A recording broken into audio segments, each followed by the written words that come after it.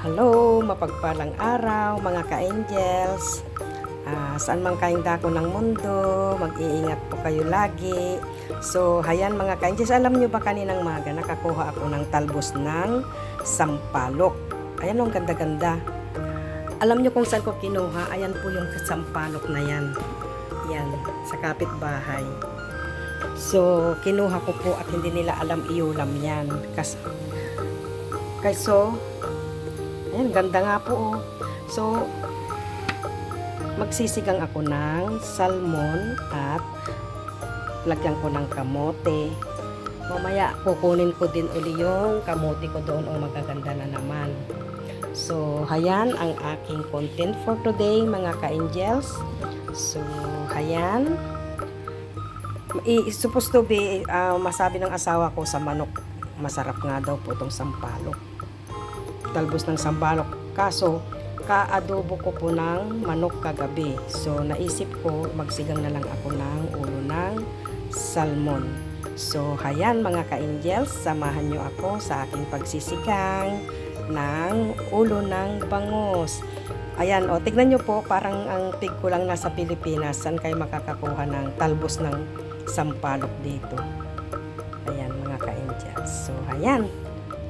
Sabahan nyo ako mga ka-angels hanggang dulo sa aking pagluluto ng sinigang na salmon with talbos ng sampalok. So, hayan mga ka-angels, ating isluluto na itong ating ulo ng salmon. Sorry sa words ko kaninang ulo ng bangus. So, ito yung aking ingredients. May luya.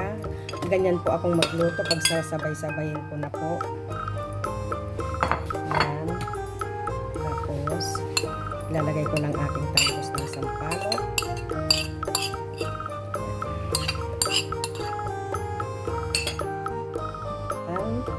Nailagay ko na din po yung salmon.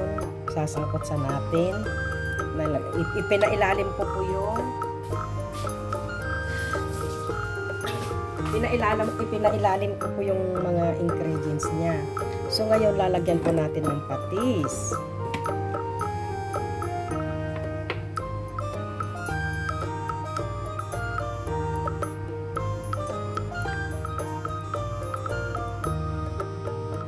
Ayan. So kung natatakot naman kayong masunog, masusunog siya. Kunting-kunting tubig lang mga ka-angels para yan. Ayan. Ganyan po akong magsigang, hindi ko po pinapakulo yung tubig.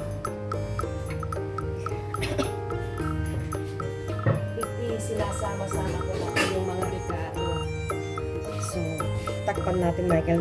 Napasag po kasi ang takip nito. Kaya ganyan. Ayan, salang natin. So, samahan nyo lang ako mga ka-angels sa aking pagsisigang ng ulo ng salmon. So, ngayon atin namang himayin ang ating kamote. Alam niyo po ba mga ka-angels dito? Ayan. Pero pag sa Pilipinas, ang kukunin lang natin is ito lang. Ito ang tinda dito eh. May talbos, may ano siya.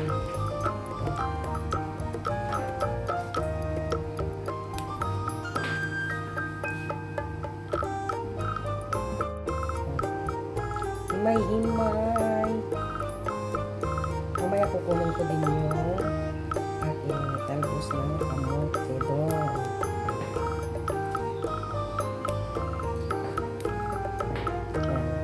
Sarap po nito. Talbos ng kamote. So, dahon at talbos ng kamote. Ganito po yun. Pero pag sa Pilipinas, ayaw na natin ito. Totally yung talbos na lang ang kukunin natin. Sayang naman po. So, kabango na lang ating sinapang. Check na natin mga ka-angels. Ayan mga ka-angels, ang bango-bango. O, di po ba? Nakita nyo po, nagtubig po siya. So, nanuot na po yung laman ay yung patis na inilagay ko dyan mga ka-angels. So, ngayon, lalagyan natin ng ating dessert kung gaano kadami yung ating ilalagay na sabaw.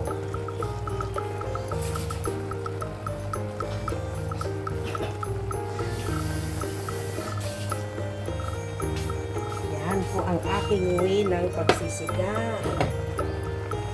Sinasangkot sa kuko. Ayan. Ayan, nagtubig siya. Kasi may kataspos. Tapos lalagyan ko na ng sabaw kung kailan. Mga 2 cup lang siguro.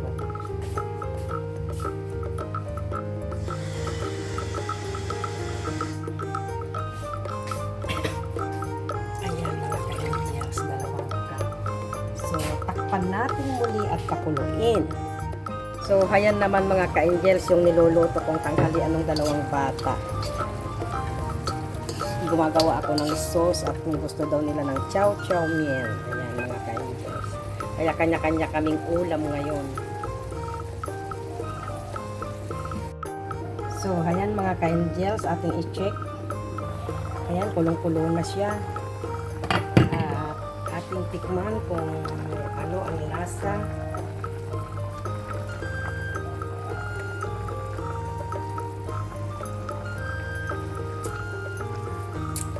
Ka-angels, kasarap. Ano po man yung sampalok, umasim. Umasim yung sampalok. Ayan, at ating ilagay ng ating talbos. Para kainan na. Ayan, marami siyang talbos. Gusto ko po yung talbos ng kamote. So, ayan, mga ka-angels. May ulam na naman ang Ilocana. Nagsigang po ako ng talbos, ng salmon, ulo ng salmon mga ka-angels. So, ating takpan and then check natin mamaya, kainan na naman mga ka-angels. So, ayan mga ka-angels, luto na. Patayin na natin ang apoy at tayo ay maghigop-higop ng sabaw-sabaw mga ka-angels. Tara, samahan niyo akong maghigop-higop ng sabaw. So, ayan naman mga ka-angels ang niluto kong pagkain ng 2 alaga ko, 2 bata. May cucumber, may bean sprout. Ito po yung ginawa kong sauce. Ayan, ilalagay po nila sa mien nila. Ayan naman yung noodles mga ka-angels. Nilalaga ko siya. Niluluto ko. Tapos, yan ang tanghalian nila. Noodles. So, kustobe kung hindi ko po nakita yung aking talbos ng sampalok, ito na rin po sana ang aking tanghalian noodles. Kaso nakita ko po yung sampalok, so sila na lang ang kakain ng noodles. Ako nagluto, ayun na lang isdang niluto ko, salmon, ulo ng salmon. Ganito ito mga ka-angels ko. Ito po yung sauce.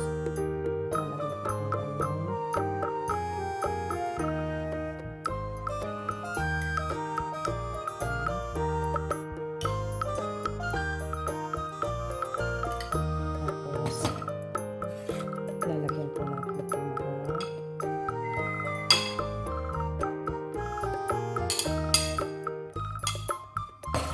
Ayan. Ito po, bean sprout.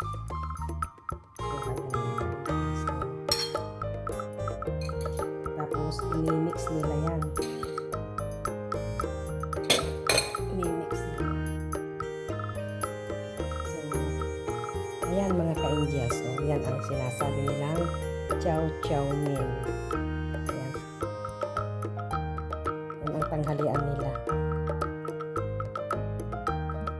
So, ganyan lang kasimple mga ka-angels yung pagkain namin dito. Pero sa Pilipinas, merienda na yan, di ba? Pero dito, tanghalian pa lang. Yan ang pagkain namin. Pero sila lang ako sa pagkain. So, ayan mga ka-angels, nakaluto na ako. Sarap.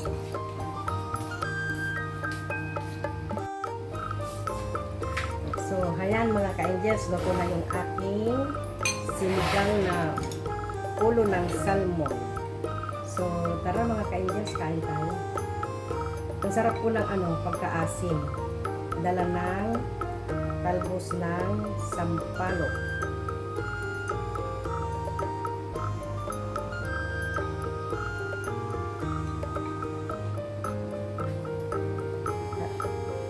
kumain, mga ka-angels.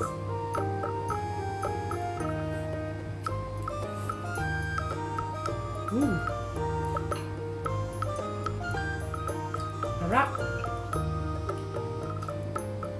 Sarap ang higop ng sabaw.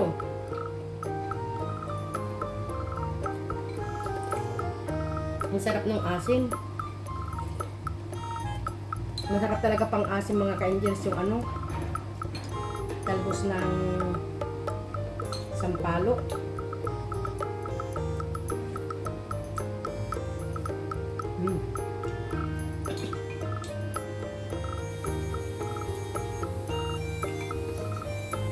Sarap ng kamote, mga ka-angels.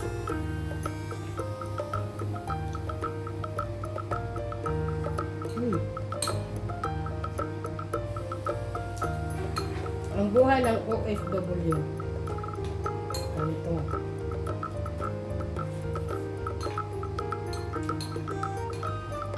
Kung minsan po, ang ginagawa ko, nagsasabay kami kumain ng asawa ko. Pagkakain na siya, tatawagan niya ako. Sabi niya, kain na.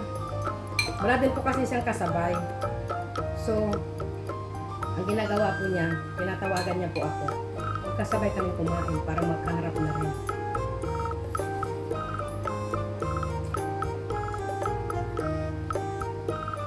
So, ayan mga ka-angels.